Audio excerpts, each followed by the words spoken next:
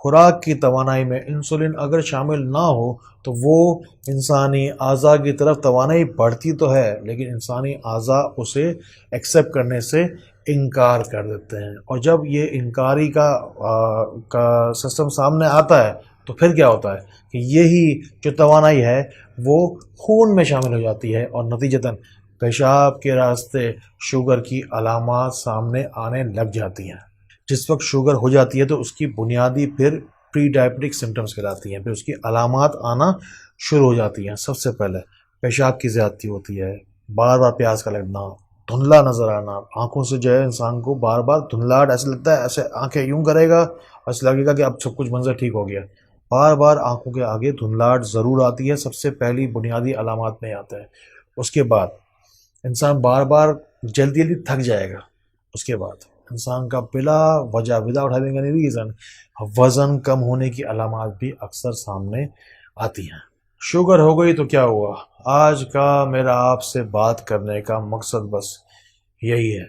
اب کریں گے ہم، اب جب شوگر ہو ہی گئی اگر کسی کو، تو شوگر کا کریں گے ہم ڈٹ کر علاج انشاءاللہ۔ پہلا نسخہ شوگر کے علاج کا نوٹ کیجئے، اسے کرنا ہے مہینے میں صرف اور صرف 10 دن۔ سورہ قمر پڑھیں گے، سورہ قمر کی آیت نمبر 10 پڑھیں گے، 10 قطرے اترج کے یعنی کہ لیموں کے رس کے ڈالیں گے 1 گلاس پانی کے اندر، اس پر پڑھیں گے سورہ قمر کی آیت نمبر 10، فدا ربہ انی مغلوب فانتصر۔ آپ پڑھیں گے ربہ انی مغلوب فانتصر، فدا نہیں پڑھا جائے گا، دعا کے اندر ہم اس کو دعا کے طور پہ ہم لے رہے ہیں، اس لیے ربہ انی مغلوب فانتصر پڑھنے کے بعد آپ پڑھ کے دم کریں گے اسے 10 مرتبہ، اس پانی پر دم کریں گے 10 قطرے جس میں ہم نے شامل کیے تھے اترج کے، جو عربی میں کہتے ہیں اسے اترج، لیموں کے سٹرون کے 10 قطرے ڈالیں گے انشاءاللہ، اسے پیئیں گے صبح کو نہار منہ، پھر دوبارہ بتا رہا ہوں صرف اسے 10 دن پیئیں گے 1 مہینے کے اندر، ہر ماہ پیتے جائیں انشاءاللہ، بیماری صاف ہوتی چلی جائے گی۔ اس سے انشاءاللہ جو کوئی بھی خوراک کے اندر چکنائی کی یا جو کوئی بھی غیر ضروری جو کثافتیں ہیں وہ بھی صاف ہوں گی انشاءاللہ، اور جو کوئی بھی شوگر کا جو ہائر لیول ہے انشاءاللہ وہ بھی کنٹرول ہوتا چلا جائے گا۔ جو لوگ بھی اپنی بیماری کا یقینی علاج چاہتے ہیں، شفا چاہتے ہیں، یاد رکھیں ایک بات، ہمیشہ دوا اور دعا دونوں چیزیں کریں، صرف اور صرف دوا مت کھائیے، اس دوا کے اندر اگر تاثیر چاہتے ہیں، اگر خلوص چاہتے ہیں، ایمانداری چاہتے ہیں، تو اس میں ایمانداری، خلوص اور تاثیر شامل کیجئے دعا کے ذریعے سے۔ سب سے پہلے جائیے کمنٹ میں اپنا نام لکھیے، شہر اور ملک کے ساتھ کے نام کے ساتھ، تاکہ مجھے پتہ چلے کہ آپ کون ہیں، کہاں ہیں۔ شوگر کے لیے نہیں، صرف اور صرف شوگر کے لیے نہیں، آپ کسی بھی بیماری کے بارے میں آپ چاہیں تو لکھیے، میں خود جا کر کمنٹ آپ کے تمام کمنٹس پڑھتا ہوں۔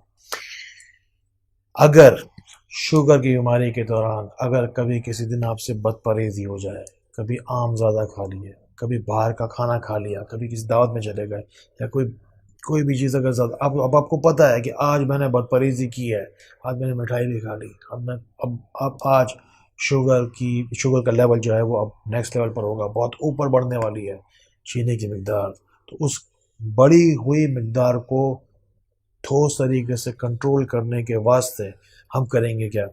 تلووں کے اوپر لگائیں گے سرسوں کا تیل، پیر کے تلووں پر سرسوں کا تیل لگانے کے بعد 3 چیزیں ہمیں چاہیے، سرسوں کا تیل چاہیے، ایک ہمیں پان کے 2 پتے چاہیے، یہ ہمیں پان کے پتے سے ہم رکھ کر، اور تیسری چیز ہمیں چاہیے دھاگا، تو ہم یہ جو ہے وہ پان کے پتے اپنے پیروں سے دھاگے کے ذریعے سے باندھ کر رات کو سو جائیں گے، اور درود شریف پڑھتے پڑھتے رات کو انشاءاللہ سو جائیں گے۔ درود شریف کے نام کے بدلے انشاءاللہ، درود شریف کے وسیلے سے انشاءاللہ اللہ تعالیٰ سے دعا کریں اور گمان کریں، جیسا گمان کریں گے ویسا اللہ تعالیٰ دے گا، یہ میں گارنٹی کر رہا ہوں۔ کوئی احادیث کے الفاظ ہیں، یہ یقینی باتیں ہیں جو میں آپ کو بتا رہا ہوں۔ سرسوں کا تیل لگائیں گے، پان کے پتے باندھیں گے پیروں سے، اور درود شریف پڑھتے پڑھتے سو جائیں گے انشاءاللہ۔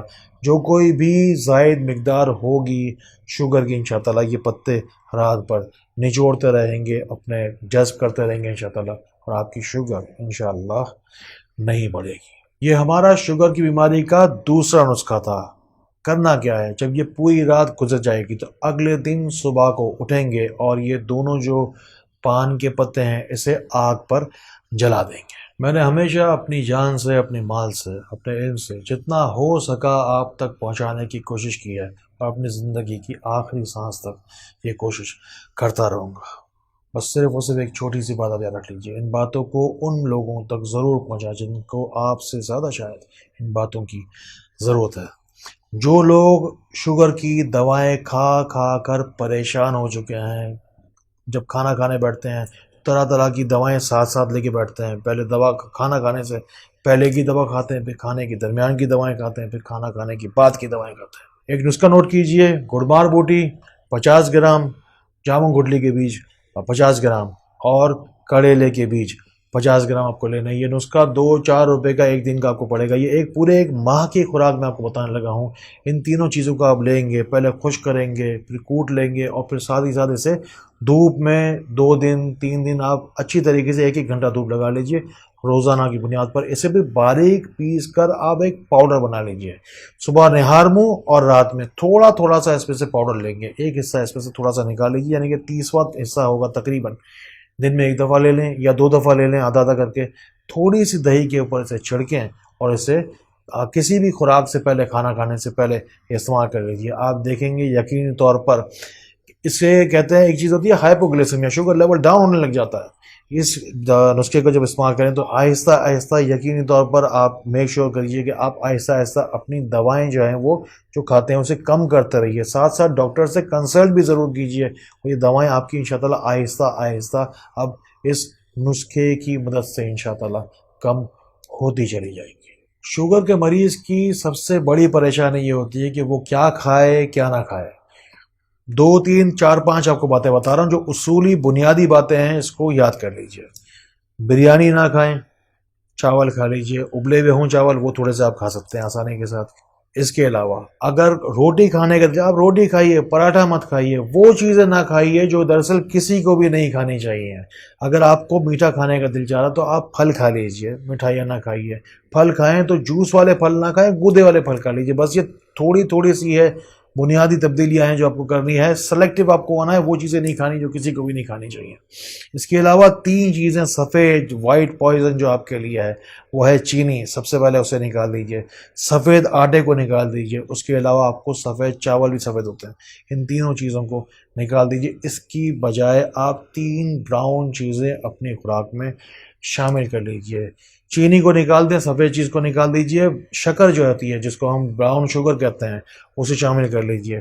ساتھ ہی ساتھ آپ سفید آٹے کو نکال کر آپ براؤن آٹا جو ہے اس کو، جو کہ بھوسی والا آٹا کہلاتا ہے، اس کے توانائی نہیں نکالی جاتی، فائبر والا جو آٹا کہلاتا ہے، جو زود ہضم ہوتا ہے، جو دیر میں ہضم ہوتا ہے، وہ استعمال کیجئے۔ ساتھ ہی ساتھ آپ کو سفید چاول کو چھوڑنا ہے اور براؤن رائس ایک چیز ملتی ہے، ڈھونڈ لیجئے۔ براؤن چاول، براؤن آٹا اور براؤن شکر، یہ تینوں چیزیں آپ کو استعمال کرنی ہے۔ سفید 3 چیزیں آپ کو اپنی لائف سے نکال دینی ہے بس۔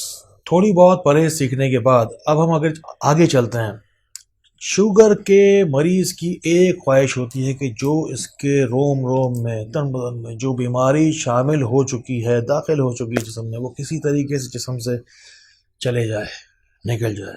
آپ کیجئے نوٹ طریقہ، گھاس پر چلنا ہے فجر کی نماز کے بعد، جو نمی ہلکی ہلکی جو اوس ہوتی ہے گھاس کے اوپر، اس پر چلنا ہے۔ گھاس پر چلیں گے ننگے پیر، اس دوران پڑھتے ہیں 5 منٹ کرنا ہے، ڈیلی کرنا ہے، روزانہ کرنا ہے۔ یا اللہ ہو یا مقصد تو یا باسط تو اول آخر درود شریف کے ساتھ پڑھیں اور نیت کریں، اس دوران بغیر گنتی پڑھتے رہیں یا اللہ مقصد و باسط تو، اور نیت کریں کہ جو کوئی بھی بیماری ہے باذن الہی اللہ تعالیٰ کے حکم سے انشاءاللہ نیت کریں کہ جو کوئی بھی بیماری ہے وہ جسم سے میرے خارج ہو جائے اور زمین کے اندر وہ جا کر ضم ہو جائے۔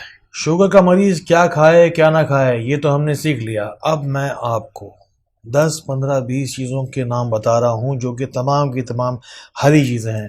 بے جان زندگی میں زندگی لانے کے لیے، بے رنگ زندگی میں ہرے رنگ کو شامل کر کے، سبزے کو شامل کر کے میں کچھ چیزیں آپ کو بتا رہا ہوں، اور میں ڈاکٹر فہد آرتن آپ کو گارنٹی کرتا ہوں یہ چیزیں آپ جتنی دل چاہے کھائیے، صرف نیت کر لیجیے گا۔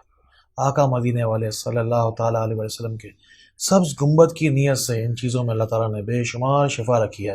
ان چیزوں کو جتنا ہو سکے، آپ کو جتنا آپ کو ضرورت ہو آپ استعمال کر سکتے ہیں، جتنا دل چاہے۔ مٹر کے دانے، پالک، سویا، کھیرا، ہری سبز جو گوبھی ہوتی ہے، کریلا، لوکی شریف، دھنیا، پودینہ، گوار کی سبزی، ٹینڈے، گرین آلیوز، شملہ مرچ، بروکلی، تورئی، ہری پیاز،